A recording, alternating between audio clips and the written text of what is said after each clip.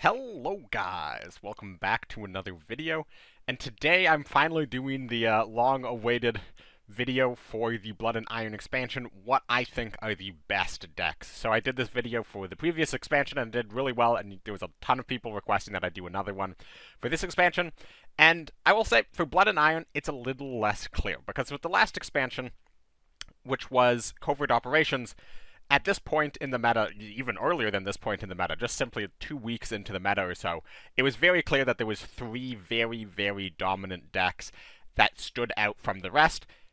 In Blood and Iron, it's, since the Commandos nerf, it's a little bit less clear.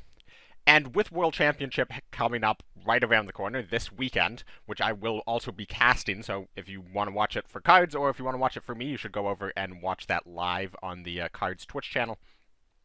But with World Championship around the corner, I thought I would instead switch this format up a little bit and say what the 4 decks I would bring to World Championship on this new patch if I were in it. And then I will, while looking at each deck, I'll also discuss some changes that I would make if you were looking to play it more on ladder rather than in a tournament.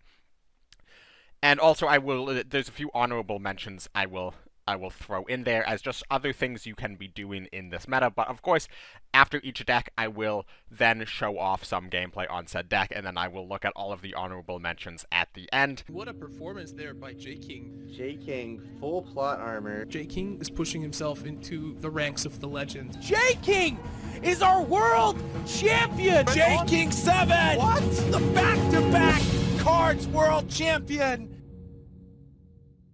Alrighty, so our first deck, which I'd previously forgotten to name, is going to be the 3 operation cost US-France deck. And I talked a lot about this deck before the expansion dropped, and if you watched me stream on the day the expansion dropped, I played this deck a bunch on stream, and I've made a handful of changes to it since then, but all around, I think this deck has a ton of untapped potential, because honestly, I don't really see anyone else playing it on ladder, but it still continues to be an incredibly successful deck for me against everything the meta really has to throw against me.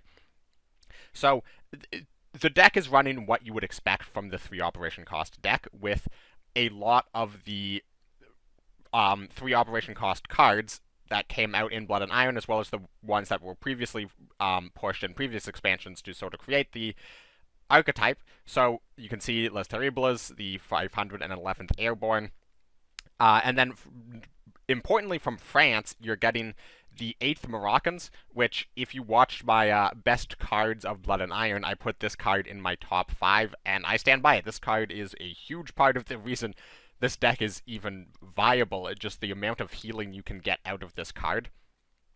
And of course, the 152nd Regiment, which just gives you 4 additional cheap Throp units to play down to trigger your combo pieces later in the game after you get past 6 credits. But I also want to talk about a few notable exceptions, or a few notable absences, I should say, from this deck that do technically have 3 operation cost. So, obviously, there is the Mitchell, which you'll occasionally see people pick off of Bomber Mafia. This card just isn't doing enough if you're running it in your deck. It's very expensive. To me, Throp is best played as a tempo deck, and this is how this deck is being built as a tempo deck. You don't really want a 6 cost card that really is only dealing 3 damage to a random enemy unit. That's not a hugely impactful deployment effect. There's no Cyclone Division. That's because there's not really any Shermans in the deck, and a 6 cost 8/8 with 3 op is just not good enough on its own, even if it adds a Sherman to your hand, because odds are you're not going to get a lot of use out of that Sherman. But I think the notable exception that, or the notable absence from this deck that I think a lot of people would expect is I'm not running 1st Grenadier Regiment, and that's despite me saying that I think this is one of the best cards of the expansion, the most powerful units of the expansion.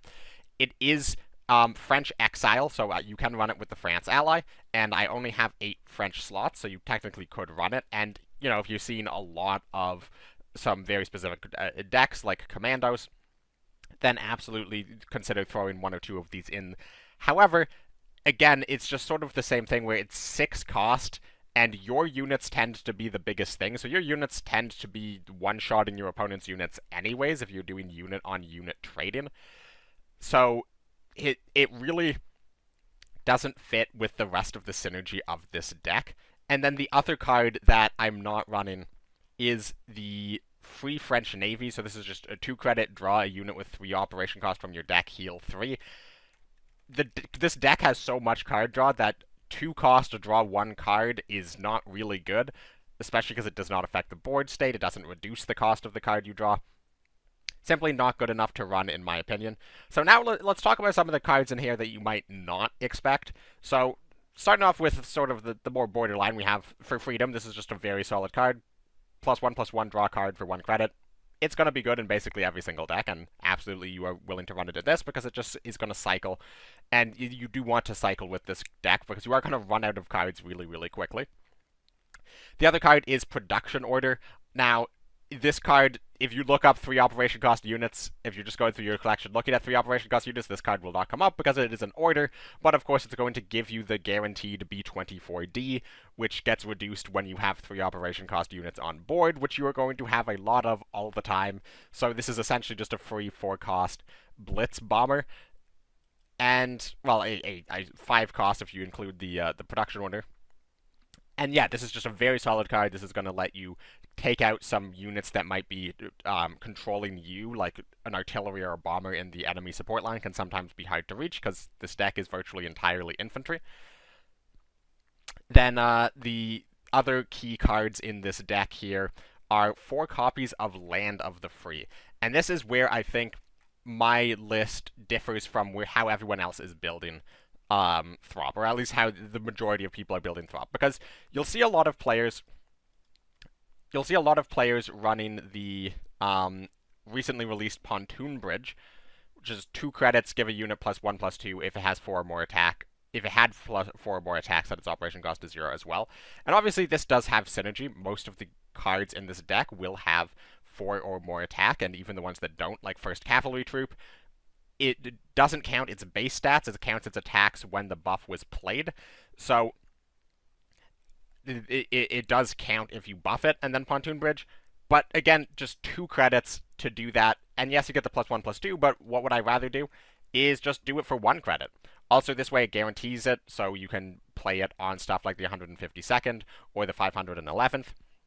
You can get it out of your hand quicker. It lets you just go off quicker. Sometimes you can even play it on turn 2 and you get down a 1-drop, and then on turn 2 you reduce the 511th Airborne down to 0 op. You get a shock attack on your opponent that they were not expecting, and then because of its ability trigger, well, also because of Land of the Free, it's just going to stay at 0 op, and then you have another credit to play for Freedom or a second 511th or whatever else you want to do. And then, yeah, it also has a great synergy with the key draw in this deck, other than, of course, List Terribilis, which is the main draw engine of Throp. This was sort of the main card that made Throp playable in the past, is it's a 2-credit 3/4 that can be sometimes difficult to get rid of. Your opponent doesn't really want to suppress it, because you'll often have better targets for suppress, particularly with the First Cavalry Troop. And if it ever sticks, you can snowball so quickly, especially once you're past 6 credits, because the 152nd is just going to come down as a 1-credit draw card if List Terribilis is on the board, and if you get 2 List Terribilis on the board, things start to snowball very, very fast. But the main other draw in this deck is 2 copies of Phony War, and again, this is where I think I am doing things differently from other people here. With Phony War, it lets you just continually play through your entire deck. I very consistently get down to like 5 cards left in deck. And, you know, when you're playing a deck like Throp, where you just have stats and stats and stats for days, the ability to consistently draw through your entire deck is what is going to power you through sort of value-oriented matches, where you're playing against the control decks, the ramp decks, and, you know, they might be getting their own B-24s, they might be getting B-17s, they might be playing Bomber Mafia, they might be playing all sorts of things to destroy your units and create threats that are just going to be continuously trading into your guys. However, with Phony War, you're just playing through your entire deck, and they will eventually just run out of answers, and you will just overwhelm them with how many stats are just in this deck. 4th Marines coming in big here. Only on 3 copies, but that's just, you know, you have to make room for some things. But again, like a 4th Marines on turn 3, and then a Land of the Free, push it up as a 0 op 6/6 in the front line on turn 4. That's just going to run over a lot of decks, particularly a lot of sort of more frontline decks, Aggro decks, if you can starve them of expansions. Aggro is the biggest weakness of Throp, just because you're not running the 164th, so you don't have any type of card like Sickle, and it's not easy. You're not going to have a guaranteed way to attack with a unit on turn 2. You need a 2-card combo to do that, and that doesn't feel particularly great.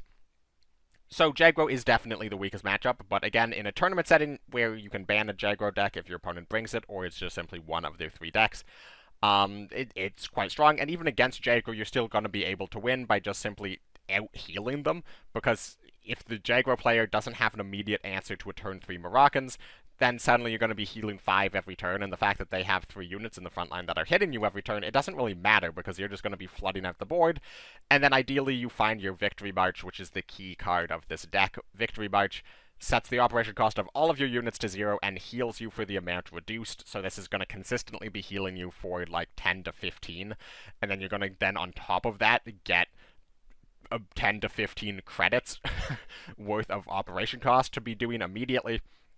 So yeah, that is essentially how this deck works, and then of course there's 3 War Machines in here to supplement the 13th Engineers Battalion as a way of just getting up credits, because the cheaper you can cheat out credits, the sooner you can operate your units if you don't find Land of the Freeze, the sooner you're going to be able to empty out your hand and get a Phony War to draw 8 while it's drawing your opponent like 3.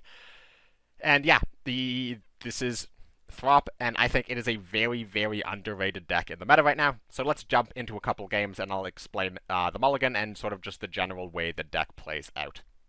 Alrighty, so we have our game here, and it's against Aggro, and Aggro is a very difficult matchup to win.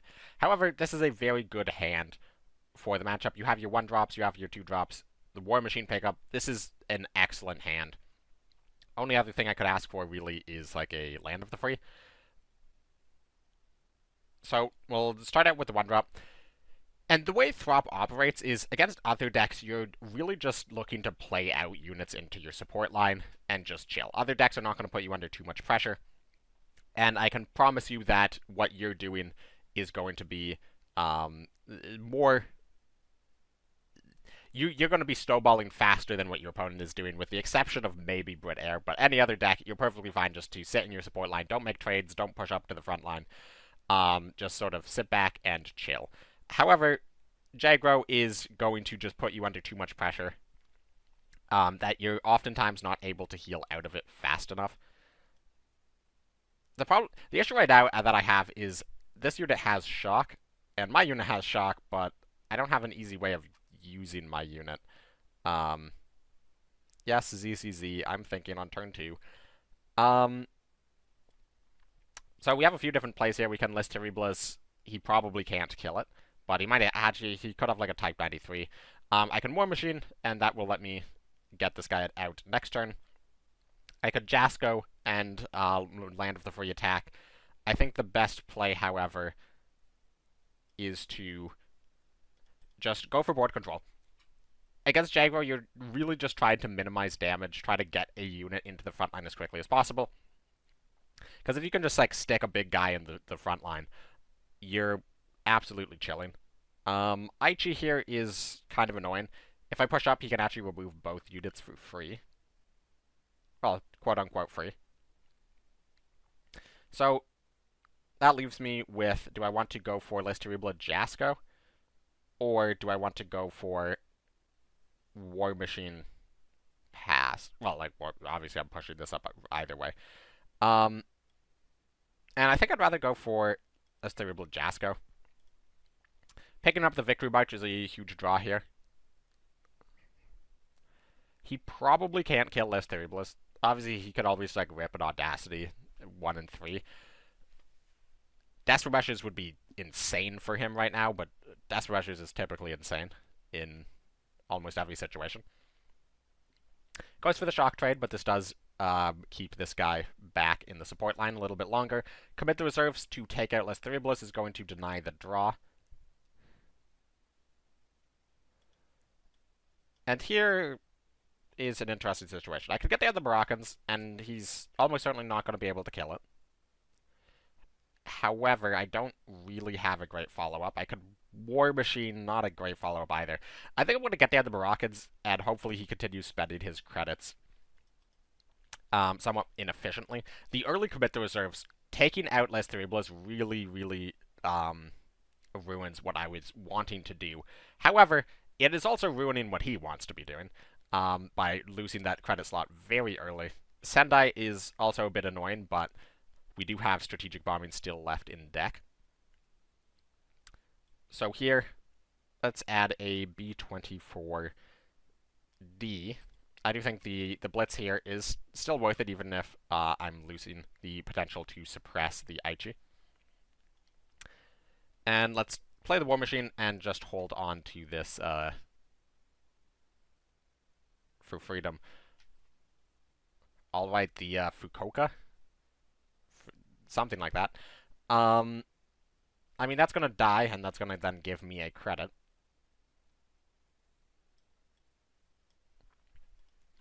So now we're up to 8 credits, and yeah, War Machine, or Phony War is not a card that you typically want to be playing against Aggro, but you absolutely can still get away with wins where you play Phony War against Aggro, particularly if you are able to pick up Victory March, just because Victory March can heal you like 15 against Aggro, and you're more than...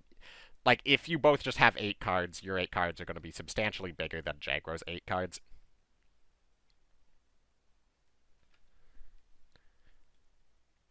I might actually just go for a 10 healing Victory March this turn.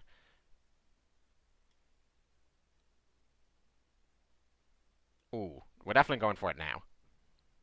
That's a huge pickup.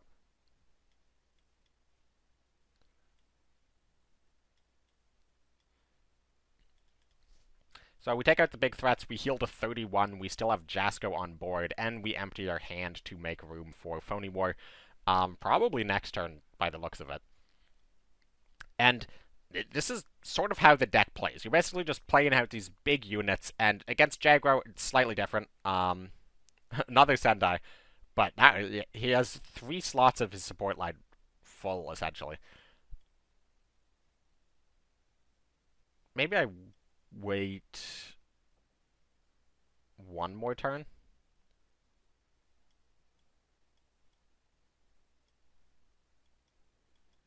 Because we can do this. And yeah, basically you play out all of the big cards in your hand. You try to order them properly to, typically you want to prefer healing over draw. Or sorry, typically you prefer draw over healing and then healing over attack buff on the troop. Obviously, you want a minimum amount of damage on the troop so that nothing can value trade it, but like, if it's a 4-4 or like a 24, it's almost certainly never attacking the HQ.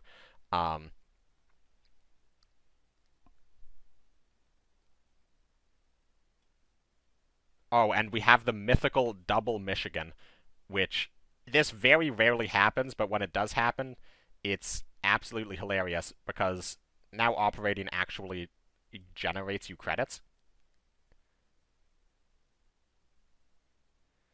So this is going to give us a credit. This is going to give us a credit. This is going to go credit equal, because we have to pay a credit to play it.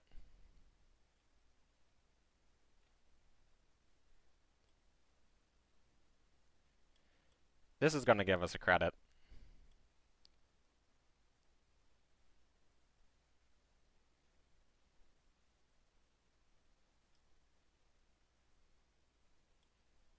And then let's just throw this guy up to the front line.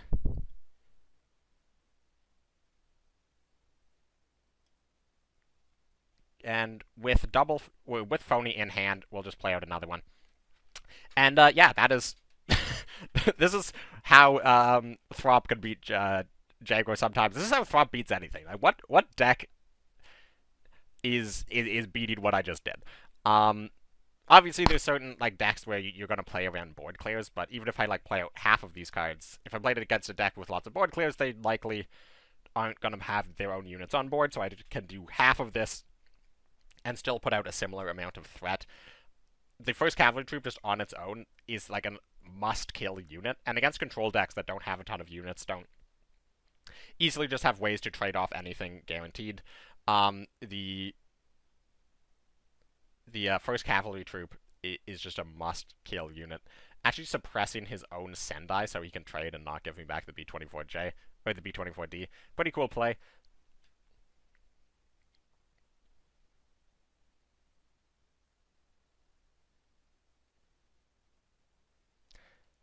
And he is able to trade off enough that he's not dead on board.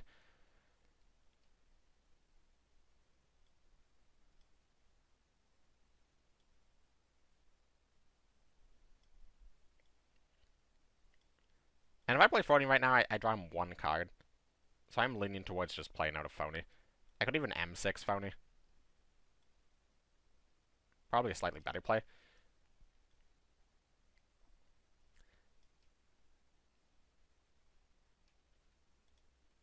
So that strategic bombing is still hiding out there in the deck. Now he's able to attack with Sendai, and I don't get back the Moroccans, but that's perfectly fine. I have second Moroccans in hand, and more than enough cards to get to the bottom of my deck, more than enough cards to get a ton of healing out of the Moroccans. He misses the Sendai trade. Not the most obvious thing in the world. And, like, look at this. It's turn... What? It's turn 10. I have 7 cards left in deck with still double Les Terribles. Like, even if I didn't hit the second Phony, it would be so easy for this deck to just simply draw so many cards with Les Terribles. This deck almost has a little too much card draw. Not quite, just because it is not split across a wide number of cards. So, you know, you are going to have games where you're not hitting your card draw. He suppresses the Sendai again, 35T.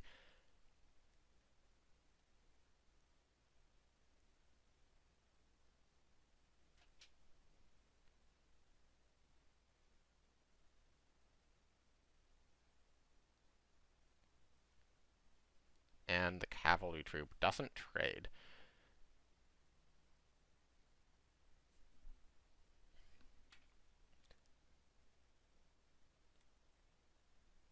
So this is probably happening.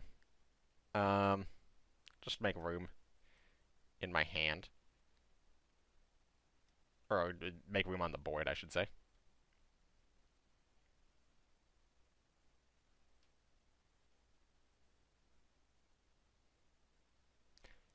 Do I want to get this guy out first?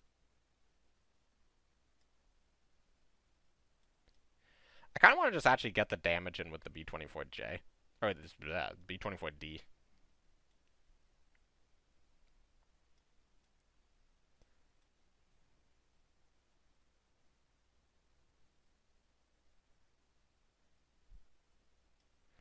And let's try this guy out. Keep the damage off of the M6. And the reason I did that is I still have strategic bombing in deck, and I'm basically guaranteed to pick it up. So, yeah, it's... We're not dying from 31 through Jasko and a guard. And you might be able to stay alive for a little bit longer. Takes out the B24J, or the B24D. Certainly not the one he was hoping for, probably.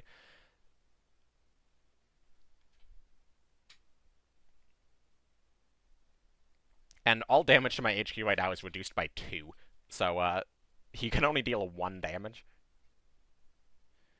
Raiden Brigade finally takes out Jasko. And honestly, taking out Jasko is something I'm happy with, because now I have more room in my support line.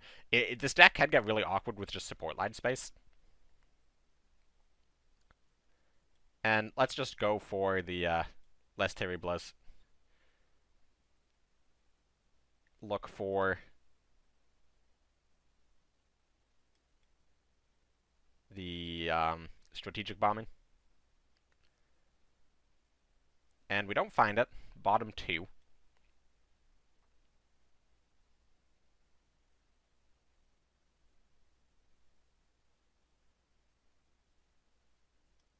So what's the best way to take damage off the board? Probably hitting here and here.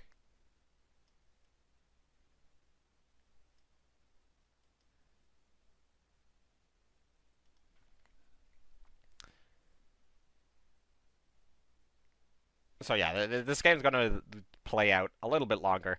Obviously, if we weren't at such a high health total, I'd be going for Moroccans. And Moroccans could very easily heal me like 9, 12, 15 in this situation. There's also the possibility of just throwing up another 6/6 to the front line. With the bombers, it makes it a little bit more difficult for that to be sticking, but...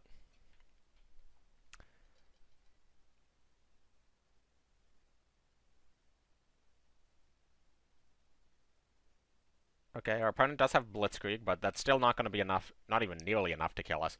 We have 29 health with a Jasko effect from the M6.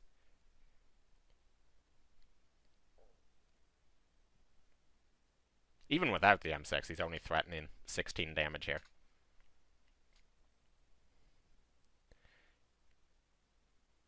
I feel like there was a better way for him to trade that out, but either way, we don't even need the strategic bombing to win at this point.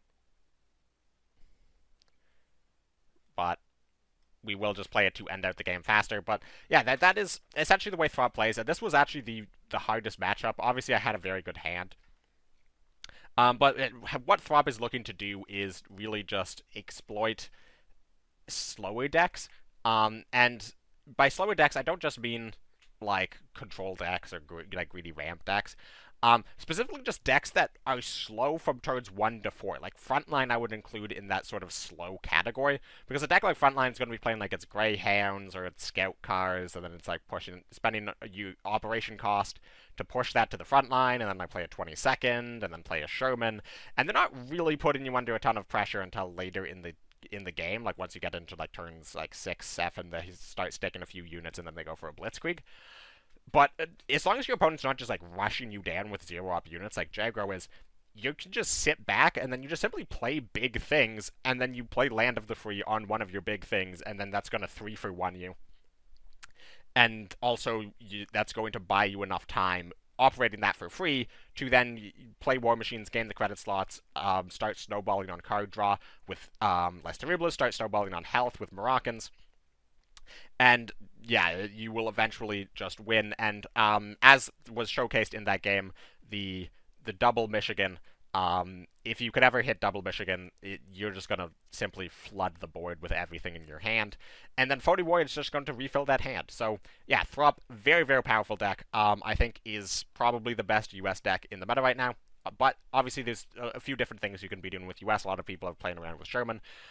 Personally, I just don't think Sherman's as consistent as Throp is. I don't think it has as good of a matchup spread across the board as Throp does. I think Throp is very much the untouched deck of the expansion. And I think a big part of that is just it's not clear how you build the deck. And I'm not necessarily saying that this is the best version of the deck. If you are struggling with certain matchups, definitely one card to consider is putting in Bomber Mafia for AoE. You can certainly run into situations against Aggro or mid-range decks where you have enough credits to get onto the board, but you just simply don't have any AoEs outside of strategic bombing. If you're seeing a lot of air, it's also worth running maybe a Stars and Stripes, and those are like the two sort of flex cards I would consider. Another one is if you're seeing a lot of Aggro, you could run as supply priorities, because also the doubling as healing can be quite useful at certain times, just because you do have a lot of unit health. So being able to do something like a Victory March, you trade out 4 things and then you supply priorities to heal all of your guys back to full, could be quite effective. And if you're looking for cards to potentially take out, maybe one copy of 152nd would be the first thing that comes to mind looking at the deck. But overall, I think the deck doesn't really have any like standout weak of cards. It's just a really, really solid deck. I highly recommend trying it if you have the cards to make it, because honestly, it's a very fun deck, plays very different to other things, and it's quite strong. However, if you're seeing a lot of Aggro, probably play something else, because despite that showcase, Aggro is a very tough matchup. Alrighty, so for our second deck that we are going to be taking a look at here, we have Britain, Japan, Air, and this deck, I think, might be the best deck in the game right now. Definitely, I think there's certainly ways that this deck might become a little bit more refined over the next month or so, but this deck is very, very powerful, and I sort of saw this deck as being incredibly powerful very early on into the expansion cycle, and then it just got immediately overshadowed by Reichsbank Commandos. But now that Reichsbank's Commandos has been nerfed into the ground, it is time to go back to Britain, Japan, Air. So this deck is not wildly different than stuff we've seen before. You know, Air has been consistently the best deck in cards for, like, on and off for really since, like, 2019. And you have the classics, you have close air support, you have Swordfish, you have Gladiators, you have Monty returned from rotation. Of course, an amazing card. You have some of the newer stuff like the Sea Embargoes, the Sharks. Then you have some returning classics from the Japan ally in particular, like Air Superiority and the recently brought back Aichi. These are very, very good cards. And what new expansion cards do you have here? Well, it's literally only Duty Bound. This is the only expansion card in the deck, 4 copies of Duty Bound, but it turns out Duty Bound on air units is absolutely insane. It gives you a turn 1, or a turn 2 buff to play to then attack, a 1 credit buff you can play on turn 2 to immediately attack with +1/+1 with a Gladiator or a Swordfish, and that can be very useful, as I'm sure all of you are aware. Just being able to get like a 2-attack Swordfish on turn 2 sometimes just immediately wins you the game on turn 2. And of course, you can have 2 of them early on, so you can get them like an additional +2/+2. You can make like a 4/6 Gladiator or a 4/6 Swordfish very early on and just absolutely steamroll certain decks, especially stuff like Soviets that lack suppress. And then it also gives you burst potential later in the game because, you know, maybe you played like 1 or 2 earlier in the game and you're just trading out and you've lost board control, your opponent's coming back, or your opponent's trying to set up a 2-turn lethal, and then you play Wellington, Duty Bound, and suddenly that Wellington has a left and attack and you just nuke your opponent out of orbit from literally nowhere. So yeah, Duty Bound, absolutely an insane card. The where I think that maybe there's some refinement that could come in is finding out the correct number of close air supports and sea embargoes that you want to be running on top of Duty Bound, because Duty Bound is not replacing any British buffs, it's all going on top of the British buffs, and that is a bit of a question mark because Brit Air sometimes just has too many buff cards. That's an issue that people have run into in the past building Brit Air decks, and compared to other decks, like if you think of the Soviet version, they have 3 Claim the Skies, compared to 4 Duty Bounds. Okay, you only have 1 more. Compared to the US version, they have 2 Land of the Frees compared to 4 Duty Bounds. Okay, that's 2 more than them. But honestly, sometimes just 1 more copy of a card that it is a very big difference, like a substantial win rate difference on just the consistency of the deck. So maybe this deck should be on 5 Sea Embargo, or 3 Sea Embargo, and something else. But to then help with getting to 4 Duty Bound, because obviously Duty Bound get better the more you play them, which makes you want to draw through the deck even faster than you might normally with a Britain deck. So to help facilitate that, of course, you have the 4 Convoys and Sincerely Yours, the Brit Air staple. And then on top of that, I've included 2 copies of Recon, and this is just almost all of the time it's going to be a 1 credit draw card. And that's pretty good. Obviously, it's not as good if you're behind, but it can also be very good early in the game. It's just another 1 drop, like a 1 cost unit to get a early 3 unit close air support out on. That can be very good. Also, if you're buffing it with close air support or with Duty Bound, you can buff its health and to potentially get 2 or 3 draws out of it. And then the other sort of interesting choice here is the Type 94 TK early. This is, again, just another 1 drop. This has Blitz. If you have air units on the board, you can do like Type 94, close air support, and then you get a 2/2 that would 0 off Blitz that can attack. It also adds to the Duty Bound lethal potential as just another thing with Blitz on top of the HMS Illustrious and the Wellington. As potential Blitz possibilities, if your opponent doesn't have Guard and they don't have the Frontline, you could just do Type 94, Duty Bound, and hit them for 8. And that'll just close out a game. So, all in all, it's Brit Air. It's not that complicated of a deck. It turns out just Duty Bound is very, very powerful. So, let's get into the game and see just how it works out. Alrighty, so we have our game against Germany. Going second, Germany, likely a tank deck, so air superiority is going to be quite good. And Aichi is just a very powerful unit, sticks around, very difficult to remove. However, I think I would rather mulligan looking for a 1-drop.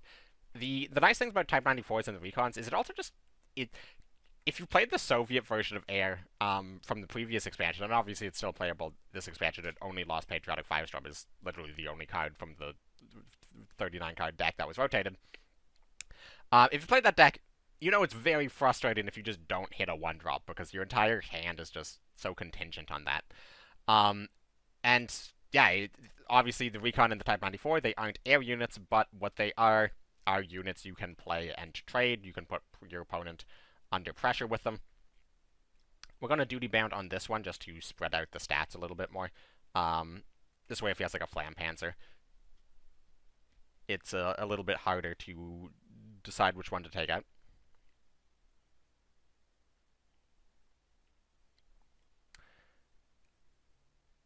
Hopefully no Careless Talk. And yeah, Air is really fundamentally, at the end of the day, just an aggro deck. Now, of course, it's very important to know when to trade with Air, and if it's with Bombers, the answer is you want to trade basically all the time. Okay, so we see our opponent's Italy ally, so it's possible that he might have something like a Lion for a day to kill this, but we also literally just kill him on turn 5 if he doesn't heal or remove Spitfire.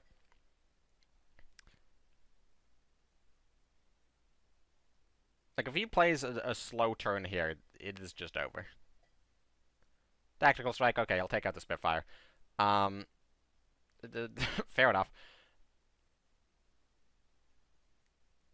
We will go for the Convoy. And that's sort of how you want to play Air. Like, obviously, the most aggressive line I could have gone for is Duty Bound, Shark Face, Hit Face.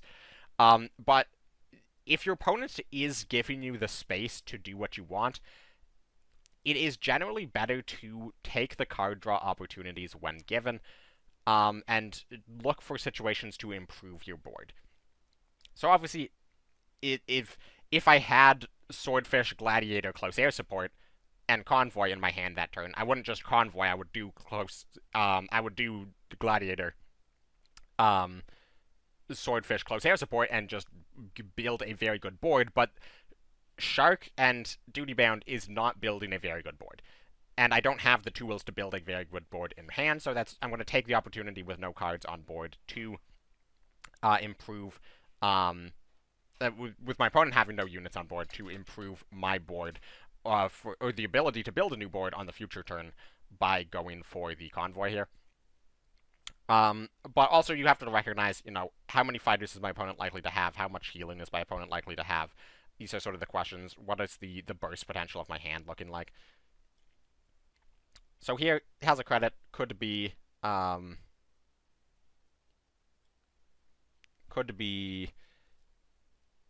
the Stranglehold. So I think I will Shark last. And I think I'll Duty Bound on the Gladiator. Just because, Dechima is... I mean, I suppose I kind of kill him through Dechima regardless. Well, actually, that's not true, because if I play the buff on Aichi, Dechima can come out, target this. So we'll split up the buffs around here. Annihilation, but he is simply dead on board, and that is honestly how Air works. I mean, it's, again, not that dissimilar from how Air works before, but now you see just the power of Duty Bound is just so high tempo. Just 1 credit on the turn, +1/+1. 1 credit for +1/+1 on an Air unit. Not bad. Not the greatest thing, like sometimes you have to play Cass. It's basically just worst Cass. But then 1 credit +2/+2, like on turn 5, turn 6, that is amazing. That is a huge tempo gain, and Air, any amount of tempo that Air can generate is going to be absolutely massive, and it is going to just allow you to snowball out on board, take the trades with the Bombers, establish board control, and send damage face quickly, and also just trust in the fact that you're going to be able to close out the game with the Sharks. In your deck, the Sharks off of Sea Embargoes, or the Kitty Hawks off of Sea Embargoes, the Wellingtons, the HMS Illustrious. Burn, burn, burn. Or sometimes just simply dumping 4 units on the board and your opponent can only answer 3 of them, and then the 4th one will deal the finishing blow on the following turn. So Air, very, very powerful deck. I think this is the best deck that I've shown here today. And in a tournament setting, because that is sort of what we're talking about here, is my 4 tournament deck lineup, Air would be the deck that I would ban if I was any of my opponents. And Air is the deck that I would ban from any of my opponents if I saw it, just because Air it has very few, there's no meta bad matchups. Like, you can build an anti-Air deck, but, like, are you going to build 4 good anti-Air decks? But there's no meta way to counter Air. Particularly, you have to get very off-meta, off the beaten path into the woods to find a deck that's going to consistently beat Air. So Air, just an amazing pick, an absolutely amazing deck. Alrighty, so moving on to our third deck here, we sort of come to the new category of deck from the Blood and Iron expansion here. So we see this deck is a German-Soviet Heinz deck, and German-Soviet Heinz is a deck that's like sort of been on the fringes for a very long time. US has typically been the much more common ally, and then Japan is more common after that. So what is Soviets bringing to the table in Blood and Iron? Well, it is bringing forward 12th Guards Mechanized. This card is absolutely insane. If you watched my best cards of the expansion video, I think this is the best card of the expansion, so it is no wonder that I'm running this in both of my Romanian decks. The first one we are looking at here is German-Soviet. So, obviously, you want to be playing this card as a major draw engine for a tank deck, and Heinz typically doesn't actually run that many tanks that have 4 attack when you play them, but that is sort of what Soviets are for, and you're also building your deck a bit around this card. So to help with that, we are running 2 Panzer J Lates, the Panzer 3 J Lates. So this is a new expansion card, and on its own, it's not that good of a card. Like, it can have its moments, but just on its own, I think it's a little bit too weak to play in a much more aggressive deck. However, if it is adding on draw 2 cards when you play it, it's amazing. As it turns out, adding on deployment draw 2 cards to any card makes it way better. So we also run the Panzer 3E, and this is much more standard for a Heinz list because, of course, we are running a large number of Blitz tanks. There's a single copy of the Su-100, and that's just because of Soviet slots. And there is 4 copies of the Su-76, which was also recently buffed for some reason. And this card is an absolute beast. You're probably going to be keeping this card in your mulligan like 100% of the time that you see it, and this is the cheapest and easiest way to be triggering the Veteran on the 12th Guards Mechanized. But there's also the 269th Rifles, which is a new Blood and Iron card, which the Veteran trigger is the exact same as the 12th Mechanized, and the Veteran version has a passive of your tanks operate for 1 less, so basically you get to run 3 additional Greifs in Heinz.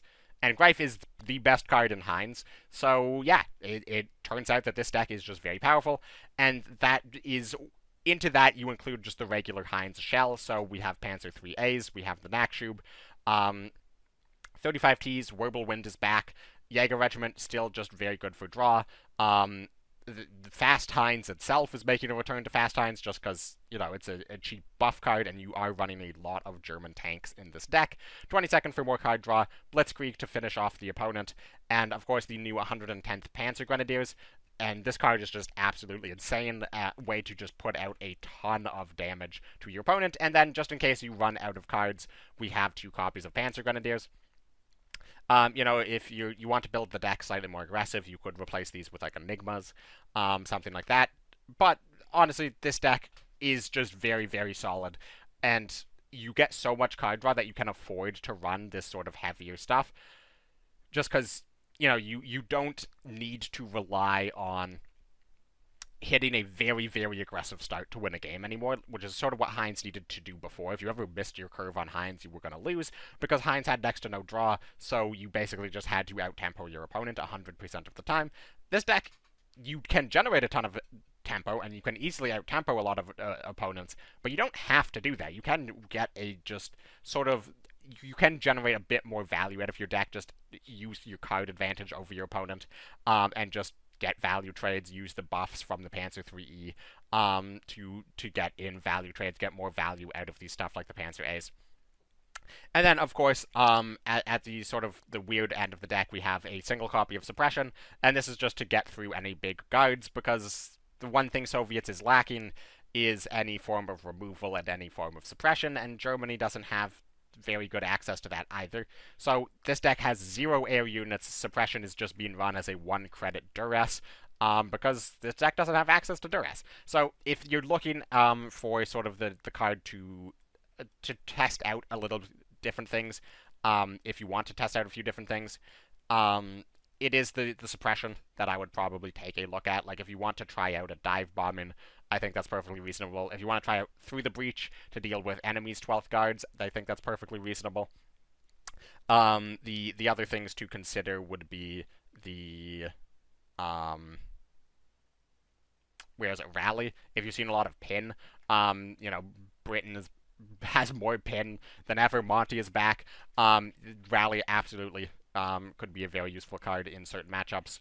If you've seen a lot of air, you could even consider running a single sudden strike. It's just a little bit of removal. But that's sort of the flex slot of the deck. But yeah, with that being said, let's jump into the game and see how the deck plays. Alrighty, so we have our game here against a Soviet player. And the trickiest part about this deck is honestly the mulligan, and that's something I'm still working out myself, and also when to play your 12th cards. Basically, you have to evaluate what are the odds my opponent can remove it with the smokescreen, because smokescreen does not mean that it is immune. Your opponent will have ways to remove it. The question is, will they have them in hand? Will they have it in that particular deck? I don't know. But in this case, we will keep the 12th cards. Soviets isn't going to be playing anything early. Suppression could be useful against Soviets, but I'm not going to keep it in my opening hand. And always keep the 12th cards mechanized. And against Soviets, unless he double sickles it, I think it should be fine. And we pick up a second one, so, yeah. Definitely the cards you're looking for in the mulligan, though, are the 12th cards mechanized, SU, and then later you can run stuff like the, This is kind of interesting. Or you can run stuff like or you keep stuff like the Panzer A. Nakshub, of course, very good keep. Here, there's two lines that I see. There is the Jaeger push-up. If he's running this, he's just certainly running Claim the Skies. So if I Jaeger on 12 guards and push Jaeger, it means that if he claims the skies as Jaeger, or if he claims the skies on Mechanized, I still draw one card, at the very least. Now, I could do 12th guards. I could even, 12th guards and suppress this. This isn't the best suppress. You might have train later and stuff like that. But I'm also kind of worried about just, cards in hand.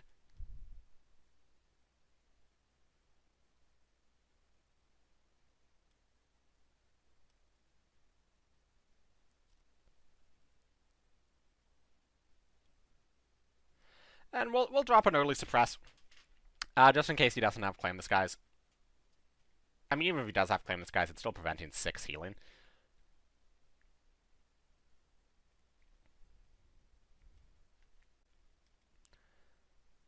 And that is going to let us get out the SU and immediately draw 4 cards. So, yeah, we played 2 convoys, we got 2 Sherman deployment effects, and it's turn 3. Yeah, this card, absolutely crazy.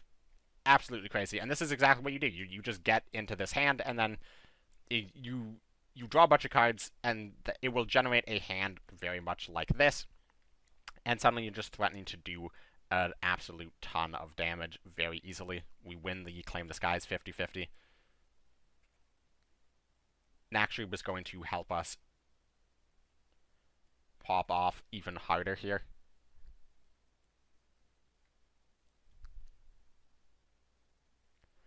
We find all of our 12th card mechanized, although we are out of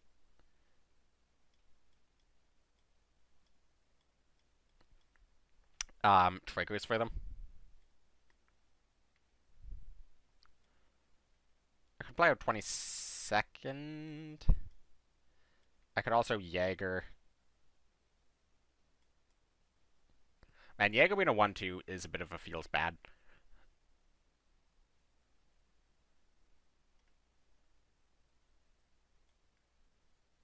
I think I like 22nd here. Because he kind of needs to kill both. I don't think he's really capable of just accepting that I'm going to have infinite draw. So unless he has, double sickle. Which is possible, but not incredibly likely.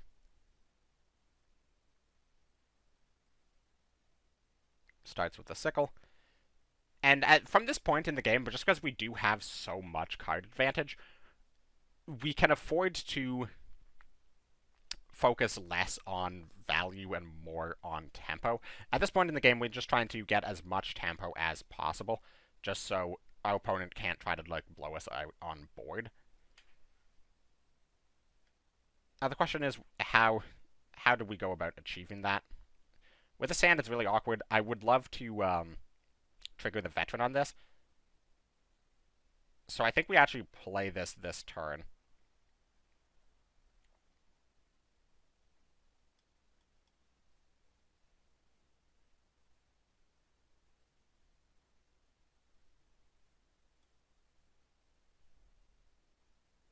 And we'll play out a Panzer A as well.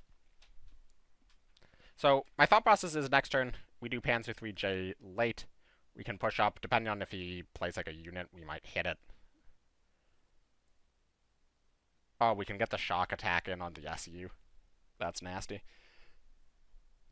We can also get the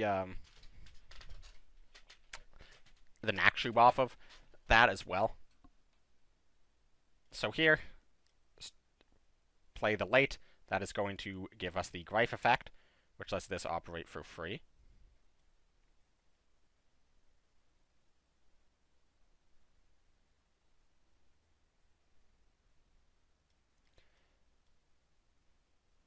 Then let's do the 3 damage, and that's going to trigger the veteran on the late.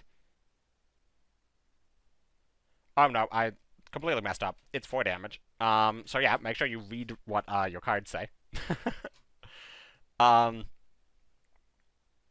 that's a little awkward. Obviously, should have gotten the trade in on the 12th Mechanized. Get the Nakshub credits. Probably get a Jaeger dry in there.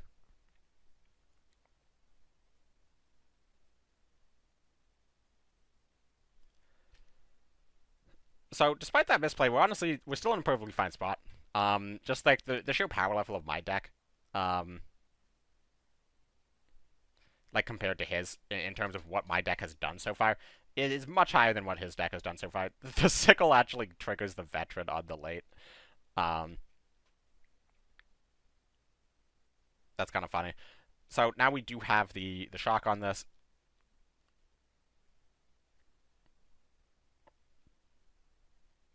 He goes for a second SU. And this isn't lethal, right? No. No, not quite. If you had like one more tank, this would be lethal. So let's get the Jaeger draw to get the shock damage in. Also gain the Nakshub credits. We've somehow drawn every single one of our veteran cards, and no more of our tanks that turn them veteran.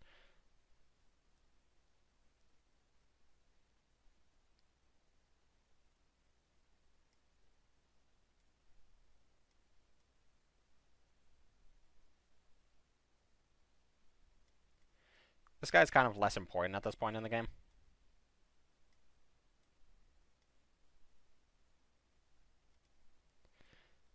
So we'll do something like that.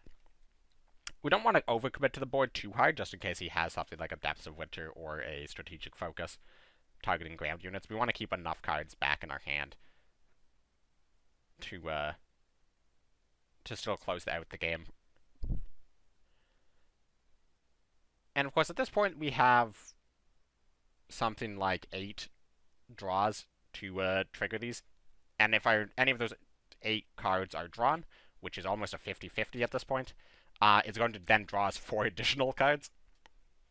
Of course, we might even just draw something like a Panzer Grenadier, and that's going to set up a 2-turn lethal with the Blitzkrieg. So at this point, there's very few dead cards in the deck.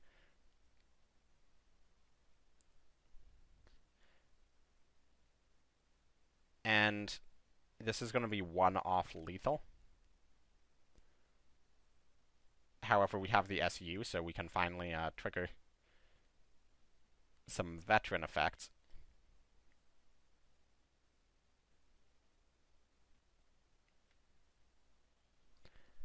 How does this actually work? When this gets veteran and then gets blitzed, is it able to attack? I'm not super familiar with that interaction, so let's test it out.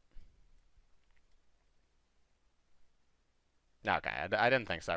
So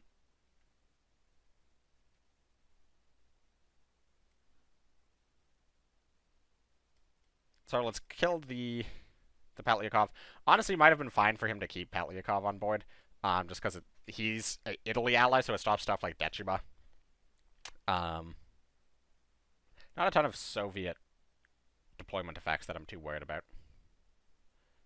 And here he kind of needs a strategic focus or Depth of Winter. I didn't want to commit with double 12th guards. I figured the extra draws off these would be enough. But honestly, what's left of the deck is basically like entirely entirely blitz tanks of varying sizes, or cards that generate me blitz tanks. So as you can see, it actually plays very similarly to US Frontline in that you get your card draw, you get units to the front line, you try to take value trades, and then eventually you kill them with a huge blitzkrieg.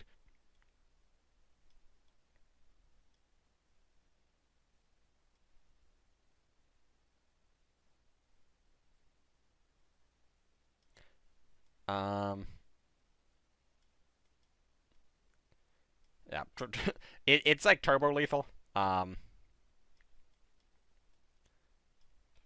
we got him. Just trying to figure out the most efficient way of doing that. And yeah, that's honestly, this deck is incredibly powerful, similarly to Air. And especially for ladder, like you play this deck on ladder, you're just going to be absolutely farming people. And yeah, you know, I made a pretty substantial misplay in that game. And then did like a bit of a science move. And still not even particularly close. And that was against Soviet control. And Soviet control is historically one of the best counters into Heinz. That's why Soviet control was a very popular deck back in the day, because it was very, very good at taking out tank decks. And as we saw, we handled that pretty easily. Now, the fourth deck that I would bring in a lineup is a Soviet-German deck. So, if we take a look, it's very similar to the German-Soviet deck, running a lot of the same cards: 2 Blitzkriegs, the SUs, the 29ths, the Whirlwinds, the 35Ts, the 22nd, the 12th Guards mechanized. Now, obviously, you have to run more Soviet cards than German cards, so to fit in for the Soviet cards, you have a lot of cycle. So we have 4 Sickles, we have the 97th, we have the Engineers, which is a little bit of healing, which the deck generally doesn't need healing, but it is another 1-drop infantry unit to enable 35T. Zhukov is a bit more cycle. And then we have some more Soviet blitz tanks, so the BT7, you know, 2-cost, 2-3 blitz tank, not bad. When you have a 269th rifles on the board, it's a 2-cost, 2-3-0 op blitz tank, which is just going to be more enablers for blitzkrieg. You're running Panzer 3E in the ally, just because it's another enabler for the veteran effects, so BT7 is going to also be buffed off of that. You have the T-34 Elite, just because this is sort of, it's a bit on the high end, but it's just like a big guy you can play down, and it will also trigger the veteran effects. Of course, because you're going to be unit spamming. And yeah, all around, very, very solid deck. I think I slightly prefer the German Soviet ally, just because you get stuff like Nakshub, which is obviously more beneficial towards the deck's overall strategy than the Engineers Battalion. But I think that this deck has just as much validity, so if you have Soviet missions, if you're trying to grind Soviet XP, this is the deck to play. You're going to have a ton of success with it on ladder. You're going to have a ton of success with it in tournament. And if I was playing in tournament, this is the fourth deck I would bring as my Soviet deck. However, to showcase something slightly different, just because, let's be honest here, this deck is very, very similar to the German main. The one spicy card in here is Mobile Defense, which can be very powerful as a offensive use of the Mobile Defense. But to show off a different Soviet deck, I'm going to be showing off a Soviet Britain control. And that's because I think Soviet control is back. And that's because one of the most popular and powerful decks on ladder are these Heinz decks. And as I mentioned, that previous Soviet control, their Soviet control really didn't do well against Heinz. But that is because they weren't really tacking around Heinz in particular, and Italy ally is somewhat questionable in this meta. So I have a Soviet Britain control deck, which is very powerful in the meta, and especially if you like control decks, you like slower decks, I'd also consider bringing this to a tournament, specifically because it faces the weakness of every Soviet control deck ever, which is it is very hard to beat Air with it. So I'd bring this to a tournament and ban Air. Obviously, this is more of a ladder deck, which is why I have Chaika in it. If I was bringing it to a tournament, I'd cut Chaika altogether, since I'm just going to be simply banning Air. Although, with IGs around in the meta, Chaika is not altogether useless. But how this deck is working, you see a lot of the similar 1-drops as with the aggressive Soviet German deck, with the 4 Sickles, the Zhukov, the 97th, the Engineers. And then everything changes up immediately after that. When you get into the 2-drops, you have 4 Stiff Upper Lip. This is the main card draw of the deck. Because, as we know, Soviets lack card draw, so we are running Stiff Upper Lip, so you better believe there's going to be a lot of guards in this deck. We have 3 8/45ths as a little bit more healing. That's a thing to just play out on turn 2, contest the front line, throw it up, get some healing in. Then we have Siberian Transfer, which might seem a little bit weird until you see the next card of Upgrade. And, you know, these are 2 cards, and you might think Upgrade's a little bit difficult to use, but we'll come back to this. But all around, this is just a cheap way of getting rid of big units in the front line, and certainly there's a lot of decks right now running big units that they like to throw into the front line with all of these tanks. So even if you use this as just a 4-credit removal to like take out an SU in the front line or something like that, perfectly fine. Chaika is just to stop bombers, very straightforward.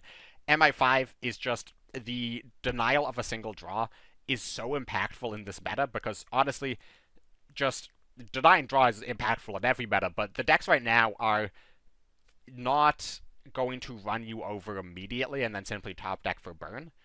But at the same time, they're not going to have access to their entire deck, no questions asked. They have a lot of card draw, but any denial of that card draw is going to help you in the long term, and they are not putting you under too much pressure that you can't fit in an MI5, so well-placed MI5 is going to massively help you out. The BM, of course, just value artillery. Hammer, this is sort of the 39th card in the deck, so this could be replaced with any other piece of removal. You know, if you want to make the deck heavier, you could put in like another big elite, like a 272nd or something, if you want to make it much heavier. If you want to make it better against aggro, you could maybe throw in like another AoE, like a Winter Warfare or Enemy at the Gate, something like that. And then we get to the guards. So we have 204th guards. This is a new one from Blood and Iron. Very, very good guard to just play out on turn 2. On turn 4. You run 2 of them in the deck, and you rarely get the shock attack off, but it forces your opponent to immediately trade into it, or they don't put any units into the front line, which can definitely slow them down a lot. Depths of Winter, Armored Train, just staples Soviet elites. 4 Glamour Boys, because, you know, Glamour Boys, still a very good card. That has not been forgotten. Then we have 2 copies of the Slashers, and this might seem very weird, because the Garrison is not really fitting into the overall deck archetype. It is a way to generate more guards for Stiff Upper Lip, but if Slashers is on the board, you're getting that anyways. However, just on its own, a 2/7 guard for 5, not terrible, but a 2/7 guard for 5 that your opponent must kill, or else it's going to be generating additional guards, and it already is kind of generating additional guards.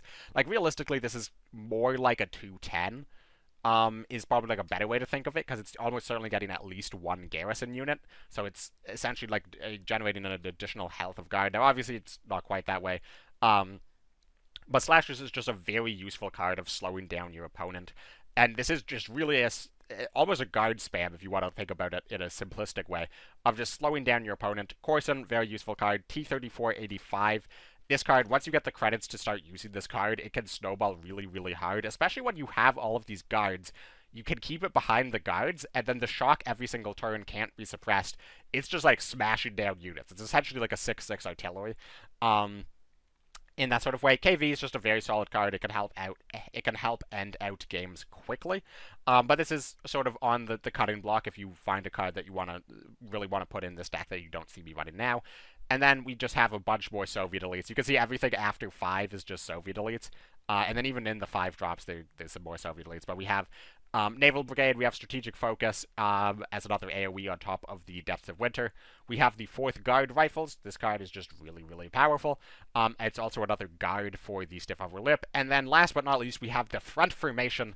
And this is really what solidifies this deck from being just like a weird anti-aggro deck into a actually very powerful competitive deck. Because let's take a quick look at all of this healing. We have the Engineers, we have the 4 Glamour Boys, and we have the 3 8/45ths. And, you know, if you play Front Formation with like 25 health, you're not ever going to die from that. Like, it's not going to kill you. it is just going to grind out the opponent. It is going to give you the burst potential to end out games quickly. It is going to give you the value to, even if you sort of run out of cards in hand, just getting that T-34 every single turn. It's going to let you grind out your opponent. If they're just top decking a card every single turn, you're just trading it out with the T-34. And then all of these guards is going to make it impossible for your opponent to rush you down, so you get the most value out of your front formation. This card, absolutely insane, and it also circles back to why we have the upgrade in the deck, because, you know, the T-34-T-42 dies at the end of your turn, but if you can turn that into a 8-cost Soviet tank, there's only one 8-cost Soviet tank, and that is a T-34-85-1944, which can gain Blitz and Guard if you control 2 other units, which means what you can do is you can actually hit something with a T-34, upgrade it, and then get this unit, which will then gain Blitz, and then you can hit something again, or you can go up and hit face, and then upgrade it into this unit and hit face again for 12 burst. This is a very, very powerful control deck. And yeah, if you like playing control, if you like playing Soviet control is back. This deck is very powerful, and I highly recommend you check it out if you have access to it. But again, like, look at how many elites are in this deck. It's basically all the elites currently in rotation, to be completely honest with you. This deck's absolutely insane, and you can make it even heavier if you want to put in a 272nd or like a Winter Regiment or even a Tractor Factories. I briefly considered trying to put in some T-34 synergy, like the fight mechanic stuff, but it didn't really feel worth it because you could just simply play out the guards. And then the other consideration is maybe taking out something like 1 slashers and putting in 1 carpet bombing just as another AoE, because there's a lot of deck like board flooding right now in the meta, but again, just grinding them out with guard units seems to be enough. So with that all being said, let's jump into the game and see how this deck plays. Alrighty, here we have Zinglin, actually. One of the cards devs, playing Britain. Could be Brit Air, full mulligan. Doesn't really give us a ton of information, but it certainly makes it slightly less likely that it's air. Could be Brit Control, and if it's Brit Control, Hammer's going to be very good, because it's going to have the, don't attack these units. Now, obviously, if it's Brit Air, Hammer is completely useless. But if it's Brit Air, then we're probably going to lose this game. That's just sort of the unfortunate reality of playing Soviet control. So I do think we are going to take a bit of a risk and actually keep the Hammer, keep the 2-drop. Honestly, we're going to keep the 4-drop. Playing Soviet control, you can just keep more expensive cards in your opening hand, because you don't have War Machines you're hard mulliganing for.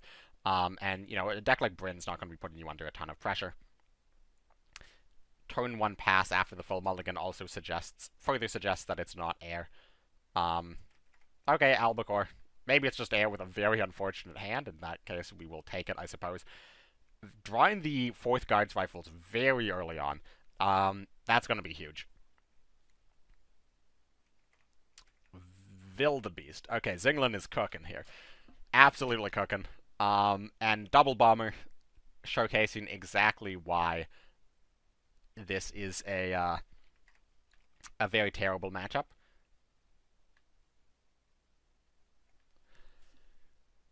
Do I just, like, double push? Sickle something?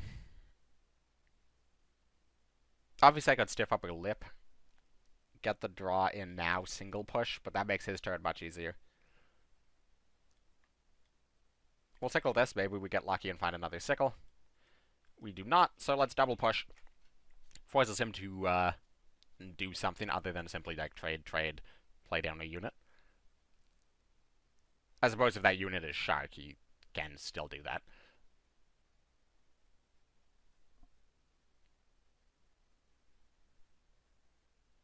Well, that's bad.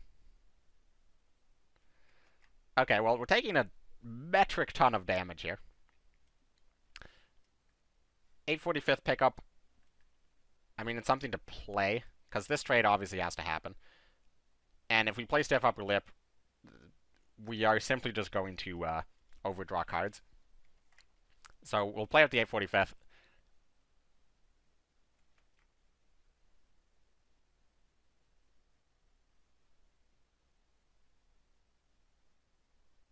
And Spitfire. Spitfire means that we kind of have to go for the guard here. I mean, we're probably going for that anyways. This is a very weak hand against a very bad matchup. Um, there are some outs here. Like, I think we're going to survive long enough to potentially go for a strategic focus on turn 7 if we pick it up.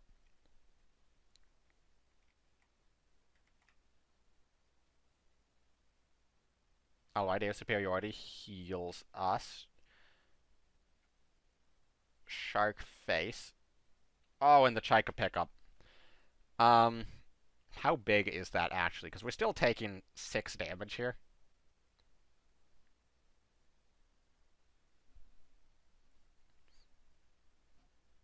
I mean, it's the difference between dying and not dying, I suppose. I could play like the 4th cards and technically not die. We'll go for the stiff upper lip. Get the draw. Okay, double glamour, boys. Do we play stiff upper lip? We overdraw a card, but we do see 2 cards rather than 1 card on the following turn, so it makes it more likely that we find strategic focus. I do think we play it. Obviously, you could, like, Wrath Lightning, but he'd have to, like, push Wrath Lightning. And that's a little awkward.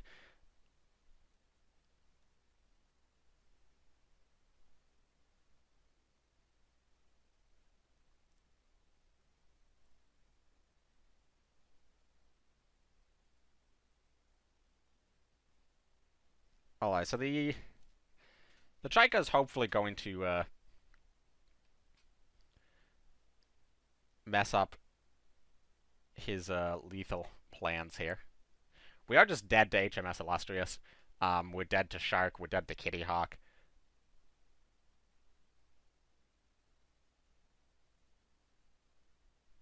We're dead to Air Superiority.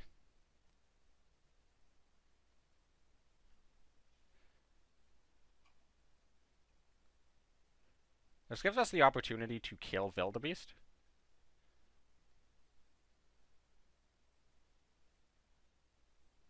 And that's going to be huge, because honestly, if we can just the Glamour Boys kill Wildebeest, we're kind of cooking here.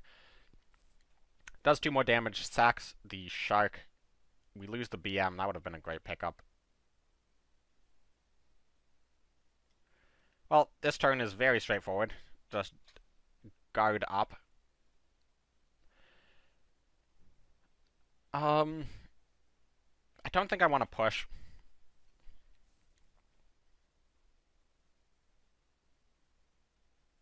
I feel like pushing here is just simply too risky. It's a pretty good thing we didn't push. Wrath Lightning, really annoying draw. Cass, and is he going to trade out with the Spitfire to keep the Bomber alive? He is. I guess that's the benefit of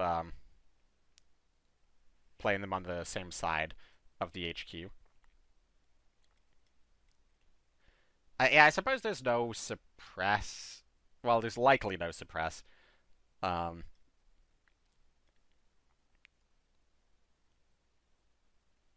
a guard up, and then push a 9/9 to the front line. How do you like them apples? We're starting to get over the hump, like, a little bit. Like, obviously, we could still die to, like, Duty Bound, Wellington. Some stuff like that. Second Wrath Lightning is a little bit annoying. But at least the big things on his board can't hit face. And that's important.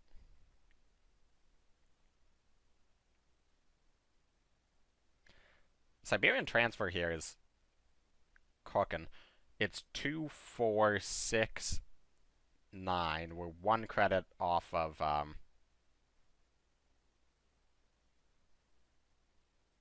actually, does it have 1 op? Does the 8 cost that guy have 1 op or 2 op? I think it's 2.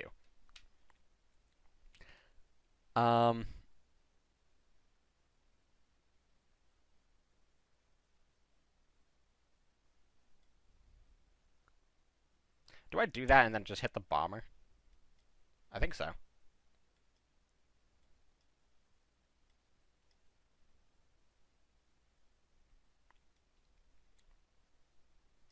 Yeah, it does have 2 up. We can't make use of it. It's a good thing that it has 2 up in this case, because if it did, I would have made a misplay, but I was pretty confident that it had 2 up.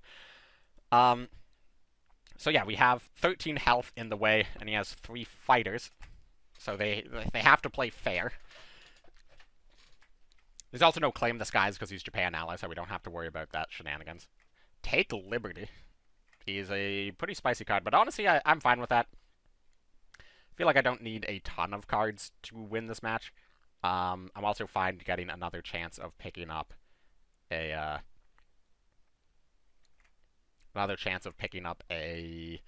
strategic focus is the word I'm looking for.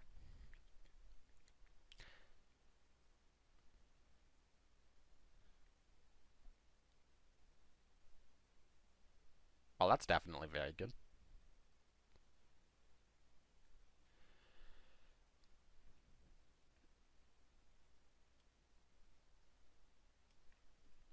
Oh, MI5. Huge card to put away this game. Oh, and the strategic focus as well. I just play this and it's over, right?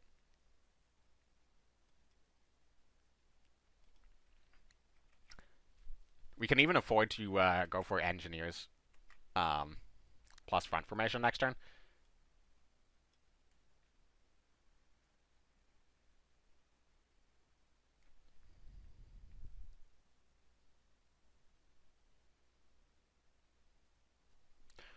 Okay, actually this is a little awkward. I can't go for the front formation here. I'd be trolling if I go for front formation because I'd risk just dying to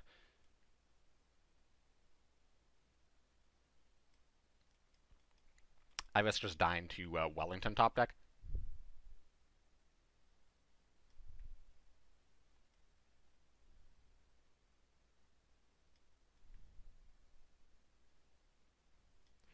Let's take out this guy. Shouldn't have a way to deploy too many things. Like, again, Wellington would be a very terrifying top deck.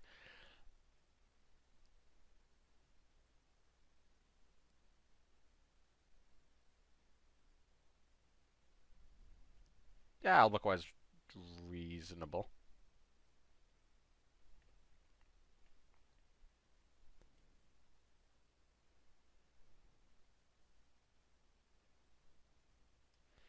And here, I think we can go for the front formation, and this just sort of shows how, shows how the deck works out. Obviously, the like strictly better play is to just sickle Naval Brigade push, and I can't lose the game. Like, I can even sickle Naval Brigade. Can I even fit in a Corson in there? Yeah, I might have even been able to fit in a Corson here. But this, I just wanted to more show off sort of what you're aiming to do with this deck.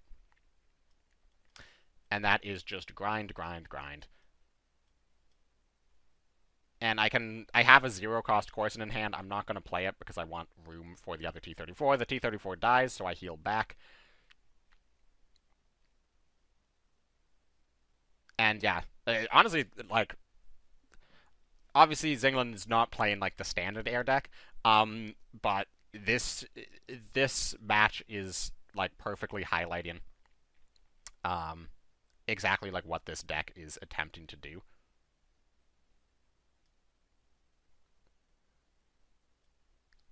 So I'm gonna get the shock damage in.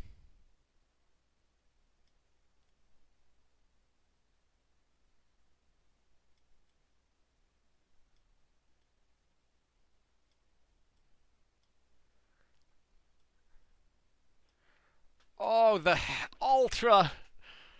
Oh, that's so bad. Well, we're healing to 9, I go down to 8. I probably can't die.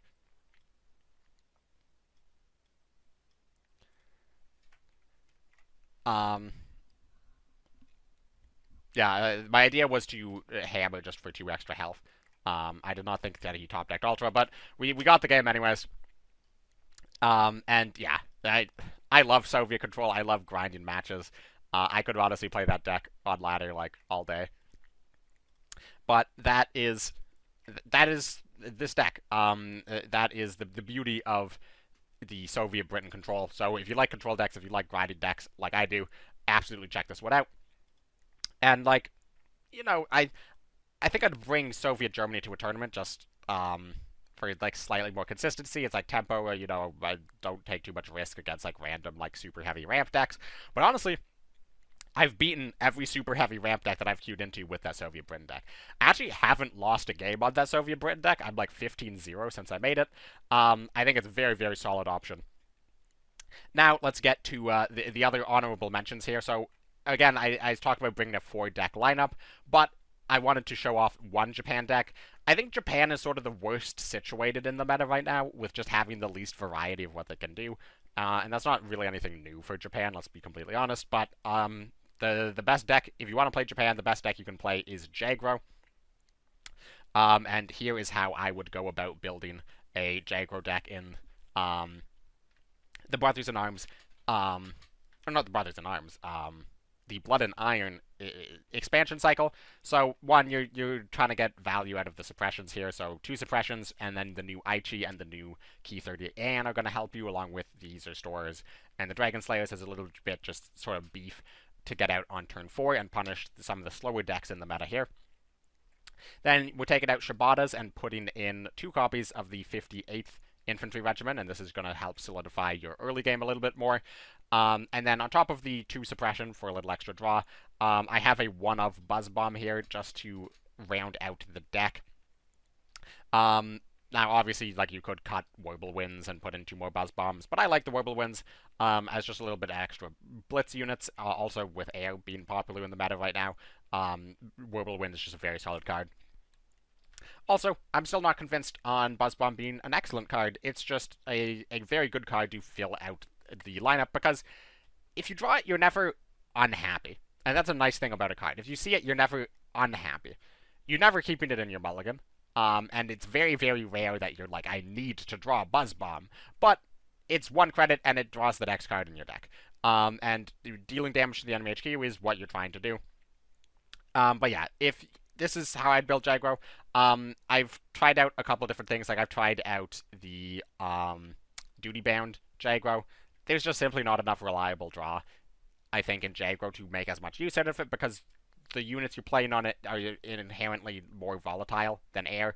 It's far easier for your opponent to remove. They're going to be in the front line. They're going to be traded out a lot easier. You're also not really going to be able to connect to the HQ as easily from behind. So yeah, it's not as good in Aggro as an air, but if you want to play Japan, I'd bring this deck. And, you know, if I had to bring Japan to a tournament, I'm perfectly fine with this. I think I would put Japan behind the other 4 nations right now. But I don't think it would be crazy for somebody to bring Japan to a tournament. And then the last deck that I wanted to look at was a US-Soviet Frontline. Of course, the Soviet is using the exact same 12-card package as we saw in the German-Soviet deck, which is 4 12th guards mechanized, 3 269ths, the SU-100, and the 4 SU-76s. So, yeah, as it turns out, I think this is actually maybe the best deck you can build with US. Again, just being... I think it's very narrow, like, even with Throp. Obviously, they play very differently and have very different matchup spread, but I think they're very similar strengths when played properly.